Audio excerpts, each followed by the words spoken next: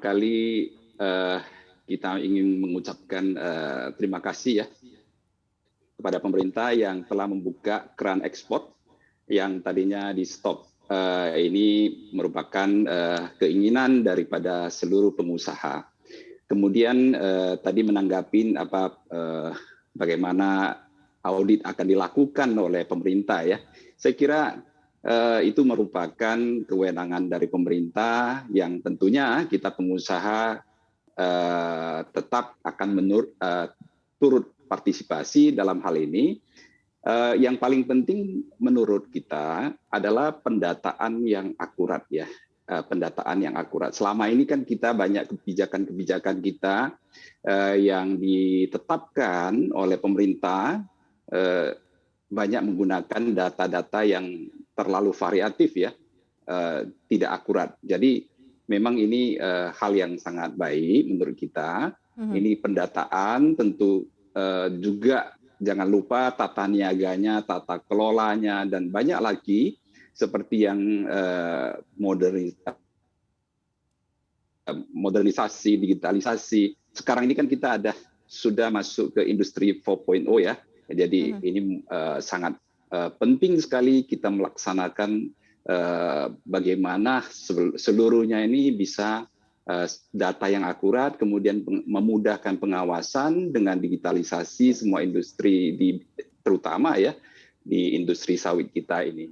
Yang sebenarnya industri sawit kita ini adalah industri masa depan yang untuk memberikan kesejahteraan bagi banyak pihak ya. Juga sustainable dan green.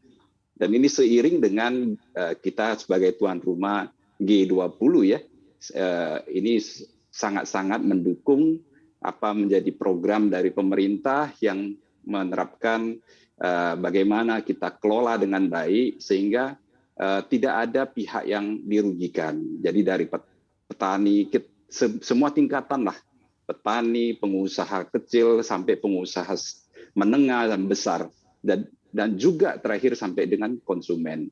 Jadi semua dimenangkan dalam hal ini, tidak ada yang dirugikan. Itu harapan kita. Tentunya kita akan mendukung ya setiap langkah-langkah pemerintah yang akan diterapkan kepada industri sawit. Dan kita mohon juga bahwasanya dilengkapi prosedur yang baik, kemudian juga kepastian hukum, juga iklim usaha yang nyaman ya untuk semua pengusaha. Saya kira itu yang baik untuk semua pihak. Begitu, Oke. Bu Maria. Tadi Mbak dilihat Maria. dari sisi data-data yang variatif ya. Ini mungkin bisa dikasih contoh seperti apa? Karena kalau kita melihat poin-poin yang akan diaudit ini kan termasuk di dalamnya surat izin, hak guna usaha, hak pengelolaan, kemudian juga kantor pusat sawit juga akan melarang perusahaan sawit bermarkas di luar negeri agar pajak bisa masuk ke kas negara. Nah, selama ini pemain-pemain yang ada di Indonesia seperti apa? Ini poin-poinnya apakah memang ada yang terjadi begitu ya, poin-poin yang kemudian akan menjadi poin audit nantinya nih, Pak Husli? Ya, ini kan data-data banyak ya dari asosiasi, juga dari beberapa pihak pemerintah juga memiliki data-data, tapi banyak yang tidak diupdate ya. Kemudian juga seperti jumlah luasan HGU, kemudian juga industrinya PKS, namanya pabrik kelapa sawit, tapi juga ada tingkatan-tingkatan, ada yang pabrik mini, yang menengah sampai dengan besar, itu saja bervariatif ya. Jadi banyak sekali yang harus diupdate.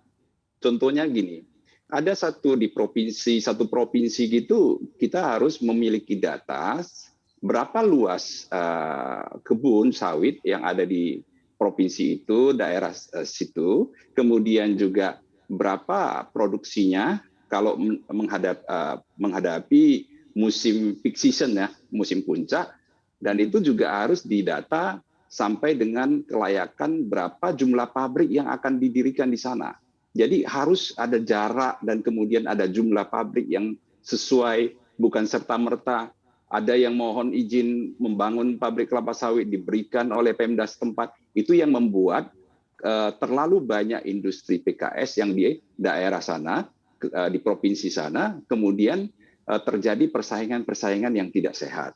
Begitu juga ada provinsi yang sangat sedikit, yang mestinya didorong investasinya pabrik kelapa sawit ada di sana, atau refinery harus ada di sana. Itu yang mungkin yang perlu pendataan yang akurat ya menurut kita, sehingga benar-benar terakomodir semua pihak dan tidak ada pabrik atau yang kekurangan bahan baku, atau sebaliknya dari petani yang menghasilkan sawit bisa disuplai kepada, diolah oleh PKS, pabrik kelapa sawit yang ada di daerahnya, dan tidak terlalu jauh jaraknya ya.